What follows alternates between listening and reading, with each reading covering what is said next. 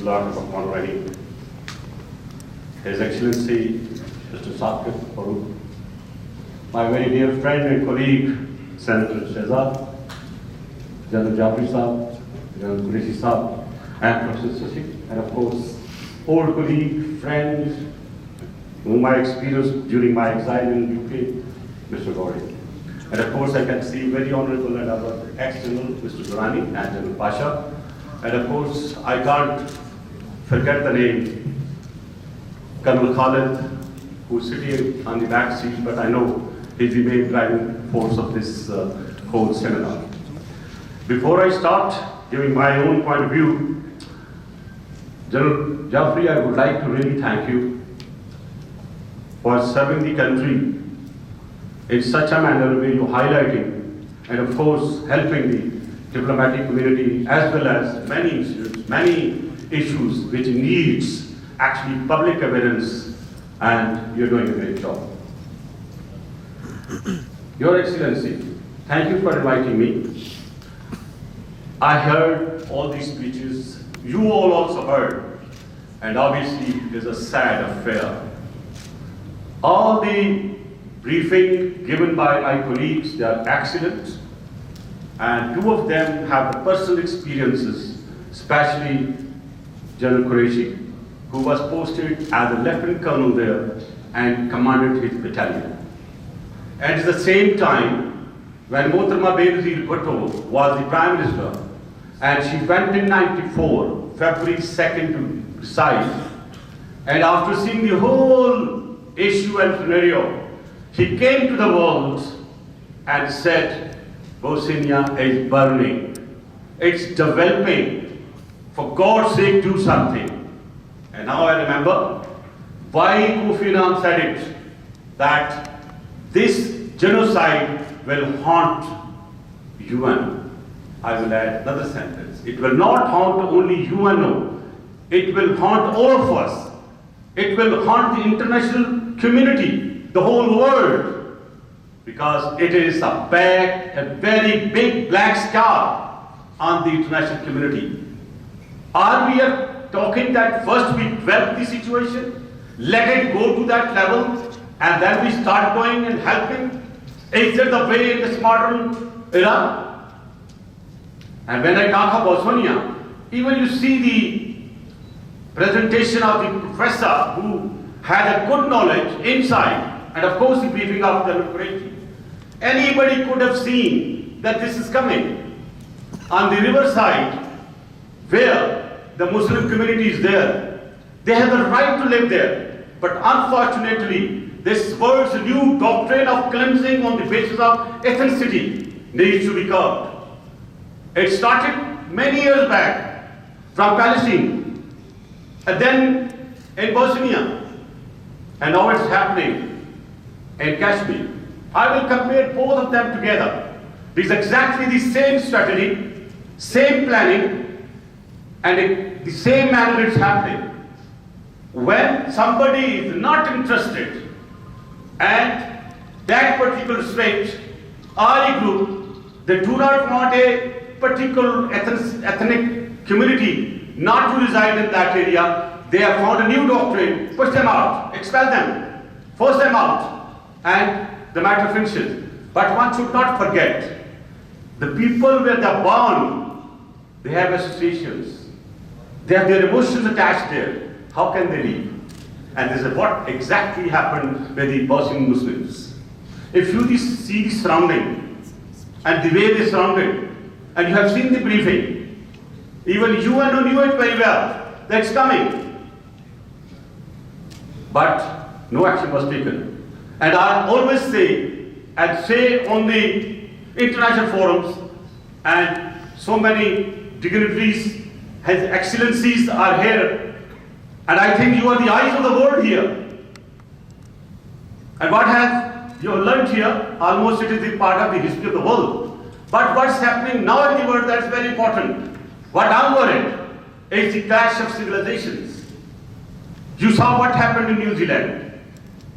I am not prejudiced about any religion. We are sitting here, nobody knows who's practicing what faith. But we talk what we are, we are human beings. And we have to have the binding, a bond of humanity. And humanity, as the Quran says, Bible says, the best service is to serve the people. And when it is taught to us by our religion, by our cultures, so then we don't practice it. I'm referring to India now. The same model is being replicated. And this doctrine of Prime Minister Modi is being repeated there exactly in the same manner as the Bosnian did it for the Bosnian Muslims. Now, everybody knows it's happening. We are crying. Here I should not forget what happened in Sri Lanka. So many killings there. What was their fault? Christians practicing in their own church. What they had done. What was their fault? But somebody is engineering somewhere something to engineer it, to do it. So are we heading toward the clash of civilizations by engineering it? There's somebody who's doing it. And we have to identify it. And fortunately, or you can say unfortunately, we do have an institution called UN, which are always there sleeping. If they were not sleeping, so many Muslims would have not been killed. If they had taken action in time, it would have not happened. Because UN was sleeping. UN is still sleeping. Because the duty which they are supposed to do, they can't do it.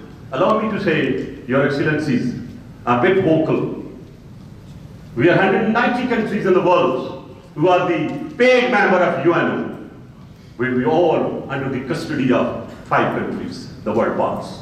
They decide your fate. They decide my fate. They are going to decide the generation's fate. How to stop it? Has anybody thought of it? We all go with nice suits and ties, we deliver a small speech, take the dictation and come back home. So that means world, if you see at large, the minority is ruling us. Who gave the chance or who gave that power? Just because they are the world powers? No, we are all equal. Why do not we demand? We should demand. When there is a resolution about Kashmir, that there be a self-determination for the Kashmiris to determine as to what they want and how do they want to handle their fate. 70 years have gone, nobody is given any heed to it. Why? It's a small voice. It's not big voice like America. It's not big voice like world power. It's a small voice. Nobody is listening to it. If the resolution is passed about 9/11, if resolution is passed by any world power, it is implemented within 48 hours. Why it has not been implemented? And if it is not implemented, I think it's the next Bosnia is coming in Kashmir. And then we'll all be sitting here mourning. Maybe one other professor could be giving a similar briefing. But today when we have a chance to stop it, we are not stopping it. I therefore call upon the world that this resolution of Kashmiris, they're suffering daily basis, the 700 army deployed there, killing every day. I do not want to talk much about it. I have written a lot in my book called Dr. Modi's War Doctrine. It's an anti-mindset. I'm sorry I'm not prejudiced, but what I have experienced, what my country is experiencing, what Kashmir is experiencing. I'm just mentioning and giving just a simile with Bosnia, because all what is happening in Kashmir, it was exactly same in Bosnia. While I'm talking Bosnia, because we discussed here, the miseries are not over. And we all know war brings misery. And of course, miseries are brought through blood. And when blood drops, it really gives you a feeling, a bad feeling. The families get destroyed, the countries get destroyed, our social fiber gets destroyed. So somebody has to stop it. Excellencies, my humble submission to you is that I'm grateful by the ambassador who has given this a very good forum. All honorable speakers have spoken about it. We just want to remind the world particularly through you, to the UN, do your duty. Get up now, come sweeping. Everybody is knocking the door. The world is suffering. Not only Bosnia, not only Kashmir. And then I have a question for you to take back. In the entire world, you see, something just gets into situation which moves forward up. Everybody knows what happened to this region, how Pakistan suffered, and how we went through the sufferings. If we had not jumped in the war of Soviet Union and Afghan war, we would have not got the cluster culture, we should have not got the heroin culture, and our economy is now is almost in shambles. Starting from that day, we have not been able to get up, we are still trembling. Anyway, we had some friends, they had their point of view to do it. But again we got after 9/11, we still suffered. And Pakistan did its best. And this 9/11 war, if you see the whole region, the post situation, Pakistan and Afghanistan has suffered most. And we are suffering still today. And we do not know till when we are going to suffer. So, sacrifices we gave for the world, and today we still got suspect. We are not treated as partners. We are not treated as lawyers. Our green passport is not respected outside. I'm sorry to say. We're treated like terrorists. I think those who are serving here, they know our love for the world. They know love for the peace. They know how we are suffering. They know how our army is suffering. How are we fighting wars on the eastern and western borders? So we have continued suffering. So this region is in trouble. I think that if the world doesn't move, and if the world thinks that if something happens to South Asia, nothing will happen to the world, thirdly, they are sadly mistaken. If something happens to South Asia, it will burn the whole world. Because now the world is a village, a global village. You cannot stop it. What happened? Al-Qaeda, what happened? What did they do it? Everybody knows about it. Now Bosnia, I'm talking, being a former director of FIA and former interior minister, certain things are in my notice. We create a space. We create a vacuum. Bosnia was created like a vacuum. You must have seen all jihadis from the world. They did travel there. And those who were beaten up here, Al-Qaeda, Taliban, Arab Asian terrorists, they all moved to Bosnia. Later on they moved to Yemen. So I mean to say, these are the mercenaries. Trained mercenaries. They need a job. They go and get the job. We have to stop these things. I think we have 5 to 6 sore points in the world which are creating not only problem for those countries, but this I can assure you that future serious danger for the international peace. So I hope that we all get together. Everyone sitting here, everybody listening, worldwide, we need to bring peace. Peace is not going to come pouring from the heaven. We have all to decide as to how to live, how to create brotherhood. You have seen how Arab Spring started. What was done? Nothing is hidden. Hosseini Mubarak to Colonel Gaddafi, to Syria, to Iraq, the engineering of Daesh is very much known. It's not me who's saying. It's a part of the world record. It's the record of the US Congress, how it was created. So can't we stop these terrorist organizations being grown? They need arms, they need ammunition, they need funds. Somebody does supply them. We got to drive them. And if we start driving it up now, perhaps there will be no possibility in the future. Let's hope that we have pen and paper in the hands of new generation, not a clash and hope, not a suicide bombing. A weapon which has been invented and how it is spreading in the world. It's not a secret. So I think the world has to sit together. UNO has to draw a certain parameters, certain mandates, and perhaps there has to be, the international community has to revisit the mandate, their job, their duties, as to what to perform, what there should be the preferences. There are peacekeeping missions. We contribute, I think, the number one in the world. All other countries do that. But why they are held up till the whole situation goes out of control? I think after seeing the briefing of Professor, we all can think that it could have been stopped, it could have been blocked. That means somebody was blocking. Let this happen. And then such thing happens, it breeds hate. And hate brings discrimination. And when people start feeling that a certain faction of society, whether from the sectarian side, from the ethnic side, it does not work good for the country. Let's hope for the peace. Let's get together. We're all sons of God, one God. We all look towards our Creator. Let's pray to Almighty Allah that something develops in our hearts. We will talk of peace. Nothing but peace. But that is the future of the world. Having nuclear in this region, in Europe and America, I think we are at more risk. And I hope that sense prevails.